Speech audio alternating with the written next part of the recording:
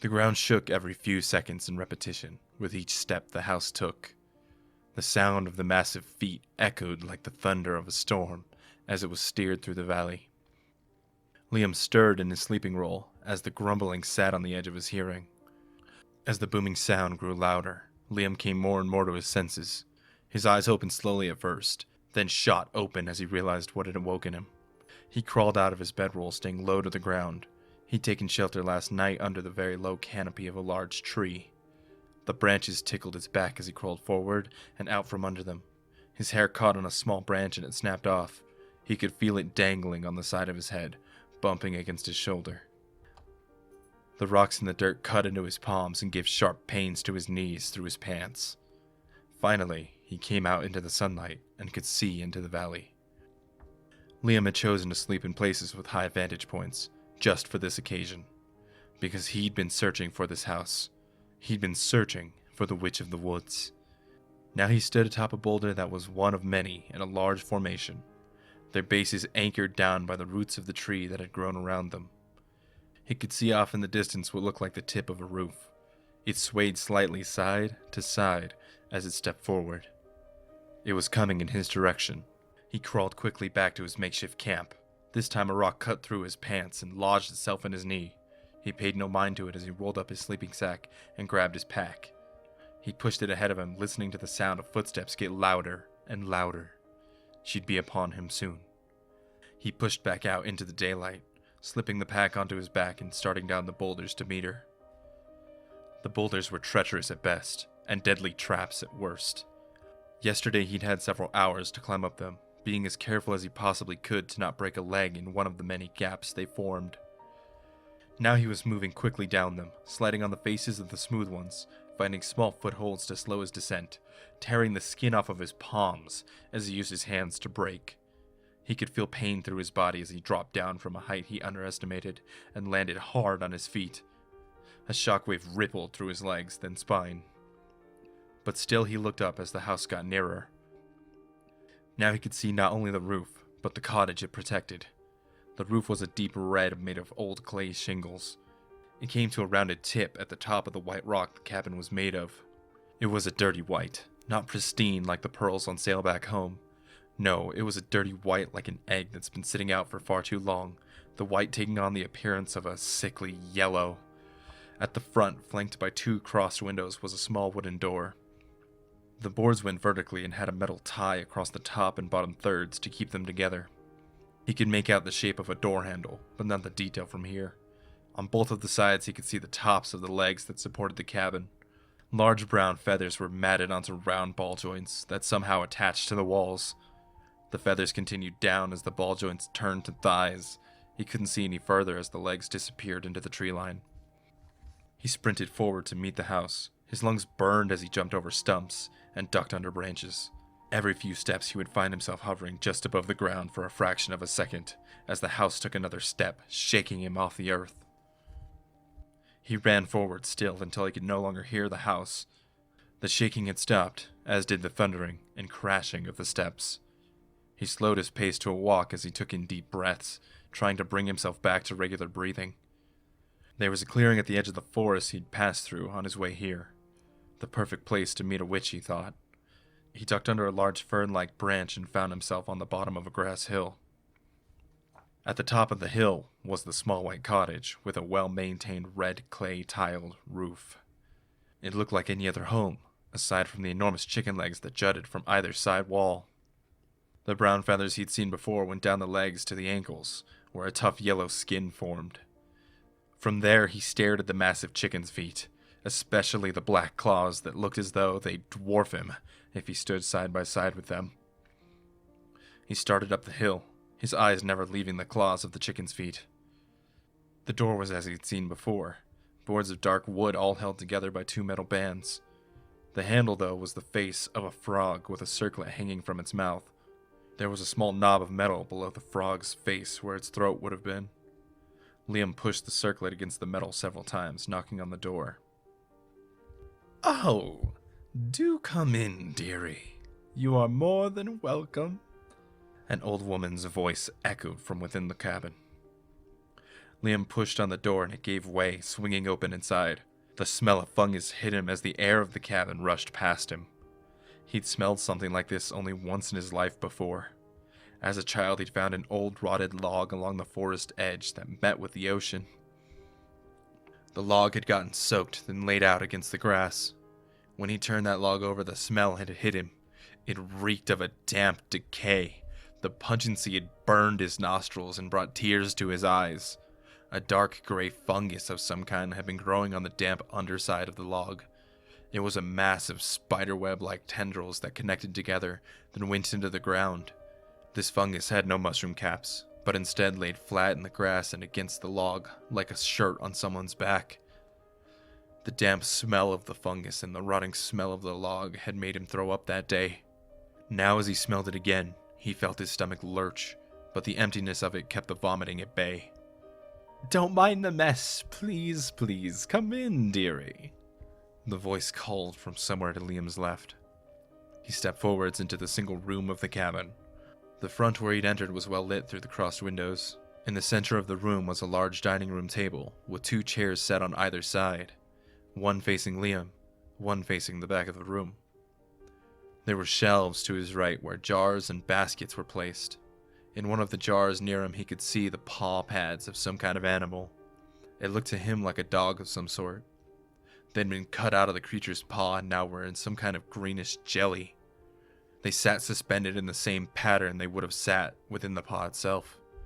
It formed the crude outline of what the animal's footprint would have looked like. The woman was sweeping up a massive pile of dust, and as he stood there she moved up to him, putting her hand on the small of his back. She pushed him further in towards the dining room chair and swept the dust out the front door. The woman was wearing a brown cloak that covered most of her body, aside from her neck, head, and feet.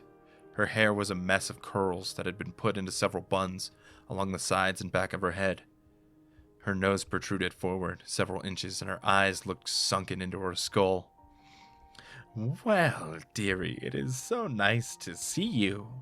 I've been expecting you for some time now. Sit. We have much to catch up on." The woman moved to the other side of the table without looking at Liam and pulled her chair out, sitting down. Liam put his hand on the back of the chair, going to pull on it. The wood was cold.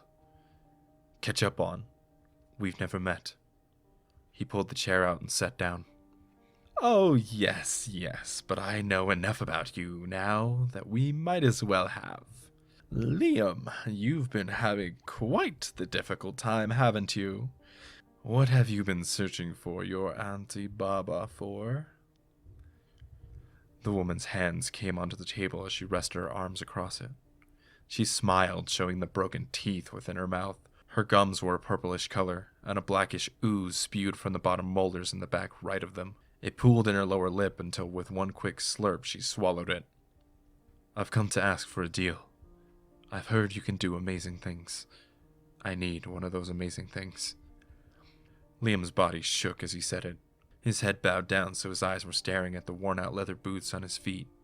A tear welled in one of his eyes. "Oh, you poor thing." There was a hint of joy in her voice, the joy of a predator. "What amazing wonder do you need from your Auntie Baba?" She elongated the last "ba" as it almost turned into an excited growl. "I've lost my little boy." Tears were now streaming down Liam's face as he spoke. "He drowned just a month ago." "Ooh, how tragic." There was now obvious delight in her voice. "Shall I bring him back for you?" She giggled as she said it. "Please, I know you can. I've heard the stories." Liam stared down at the floor now. He couldn't look at her. "And what will you be giving me, young man?" He heard the crack of her spine as she sat upright. "Anything." His head came up so he was looking her in the eye. They were frantic. She was staring excitedly into his eyes, then looking him up and down. She licked her lips and slurped more of the black ooze from her jaw. "Anything? Now that's quite the delicious proposition. She leaned forward in her chair. It let out a high-pitched creak as she raised her hand to him. In exchange for anything I want that you possess, I will bring your son back to life. Do we have a deal then? Her hand was shaking with excitement. He could see the boils and warts that lined the fingers. On the middle finger, there was a dark circle of skin where she must have worn a ring at some point. On the index was a massive gash that split the fingertip in two, that had healed over. Liam's hand shook and he swallowed hard as he raised his hand to shake hers. Liam hesitated. He stared into Baba's hungry eyes. You can have anything. You will tell me what it is you're taking. He held his hand in the air parallel to hers. She squinted, the grin leaving her face, and leaned forward over the table. I will tell you what I'm taking. You demand of me. Her teeth clenched down as her lips curled back, showing the rotting purple of her top gums. She slurped the black ooze from her mouth again, swallowing. I'm not the one who's lost a son, Sonny. You are in no place to demand of me. A wicked smile came to her face. Liam swallowed, his heart raced and his stomach churned with anxiety. Yes, but you want a deal. I have something you want, and I want to know what that is. I apologize for my demanding demeanor. Will you tell me what you will take? Liam straightened his back, trying to seem dignified. He could feel the beads of sweat coming down the sides of his face now. The smile broadened on Baba's face. That's more like it, Sonny. You know, you young men should be respectful of your elders, especially when asking for such a hefty favor. It has been a long time since I've spoken with my old friend Death, you know. How do you think they'll like me coming around after all this time just for a favor? Not even a how do you do? Her left hand, still on the table, scraped against its top as the long black nails on her fingers carved into the wood. Liam's throat was drying out, and he clenched his pant leg with his own left hand as he spoke. Then, will you tell me? Baba's smile softened to that of a mother who just scorned their child for spilling flour across the floor before helping them clean it up. Of course, dearie. I only want your heart. Her eyes looked into his eyes with softness, almost love. My heart? What do you mean? His teeth hurt. He'd clenched his jaw so tightly and still couldn't relax it. I mean, I'd like to cut open your chest and take your heart. She smiled, that same loving smile, as her three bottom fingers curled in, while the middle and index fingers made a motion like scissors cutting paper. Or scissors cutting through flesh, Liam thought. And if you took my heart, I would be trading my life for my son's. Liam could now hear every beat of his own heart as it thumped wildly in his chest. It reverberated through his bones, from his ribs up his spine and into his skull, and pounded against his eardrums. What? I would never do such a horrid thing. Baba recoiled back, as if the words had struck her. She brought her outstretched hand to her chest and opened her mouth in a feigned gasp. To tear apart a father and son once more would be just awful, dearie. Then what would become of me without a heart? He kept eye contact with her, unyielding to her feigned innocence or blatant insulting, whichever it was. It's simple, dearie. You'll go back home without a heart. Your young body will work just as well as it did with the thing, and I'll make quite the potion out of the love and devotion within your heart. I'll take the sadness from it and distill it down. The anger will make a fine oil, the panic a crystal, the fear a lotion, and the rest will be perfect for all kinds of bits and bobs. She took her hand from her chest and stuck it back to its place, hovering above the table. Is it a deal? The vicious grin returned to her face as her fingers unfurled and the joints popped one by one. Liam stared at her hand. His mouth was dry and he could feel his pulse still rattling through his bones. Slowly his hand raised off the table. Liam saw Baba's eyes flick towards it for just a moment, then refocused on her own hand. Liam brought his hand up to hers and took it. A string of ooze dropped from Baba's jaw, landing on her chest. The ooze slowly uncurled itself from the small droplet form it had fallen in. Liam stared as the backside unfurled into a tail while the front became a long cylindrical head. The thing looked like some kind of disgusting worm. It raised its head towards Liam, and with a sudden jolt moved towards Baba's outstretched arm that ended with their handshake. It inched its way much faster than Liam ever thought a worm could move. He tried to pull his hand away as the thing started down Baba's forearm, but she held his grip. She was smiling at him still, but now her upper lip had curled up to her nose, exposing the entirety of her gums. The bottom lip had stretched so far down her chin it was nothing more than a thin line of skin.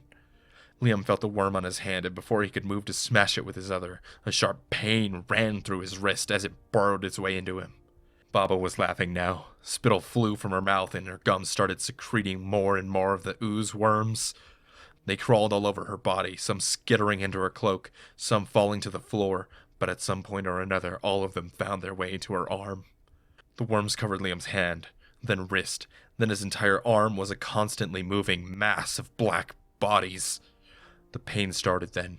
Each one burrowed its way into his body, making holes across his jacket sleeve. Liam opened his mouth and screamed with more intensity than he'd ever thought possible. He tried to stand, but his legs wouldn't listen to him. They felt as if they were glued to the wood of the chair as he tried to pull them away. His chest shook violently as he squeezed every ounce of breath out of it. He squeezed onto the table with his free hand, clawing off chips of wood. The worms didn't mind the table, or the screams, as they continued burrowing and burrowing until he could feel the entire mass move into his shoulder. It felt as though his joint would pop out of its socket as they moved past it and into his chest. He looked down and he could see the bulging mass under his skin move across to the left side of his chest. They coalesced around his heart. He could feel their writhing bodies surround it as its beating became tighter and tighter, then stopped altogether. The mass moved again, pushing downwards lower into Liam's chest. His chest burned as something within him resisted the movement. The mass moved again, downward pushing. Something in Liam's chest started tearing.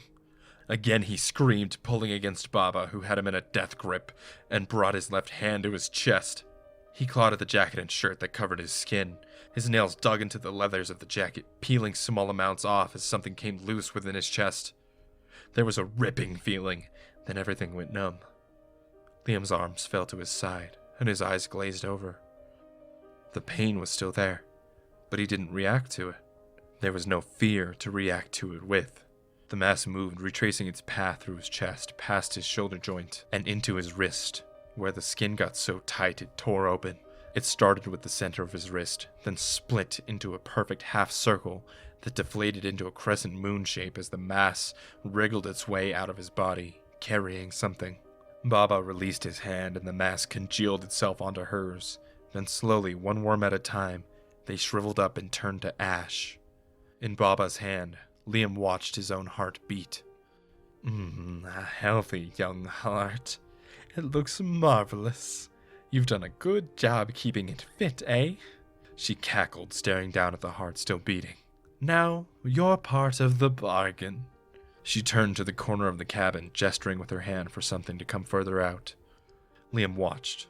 A child wearing the same blue sweater and leather trousers he'd been buried in stepped forward. He'd been dry when they buried him. Now his feet sloshed in his boots as he stepped forward. Water dripped from him, leaving small puddles where he walked, and as he came further into the light of the windows, Liam saw his skin was now a pale green. His hair was longer, now a deep brown that went to his shoulders. Last time Liam had seen it, Liam had been keeping it cut to the length of his ears. Now it clung to his cheeks the same way his soaked clothes clung to his body. His eyes were bright and full of life, and fear as he looked over to his father. The boy's lips opened as he stared up at Liam. Liam noticed they'd gone from brown to blue. "Dad?" Liam stared at him as though he was nothing more than a wall. Yes, I am your father. Tears came to the boy's eyes as he ran forward and hugged Liam's leg.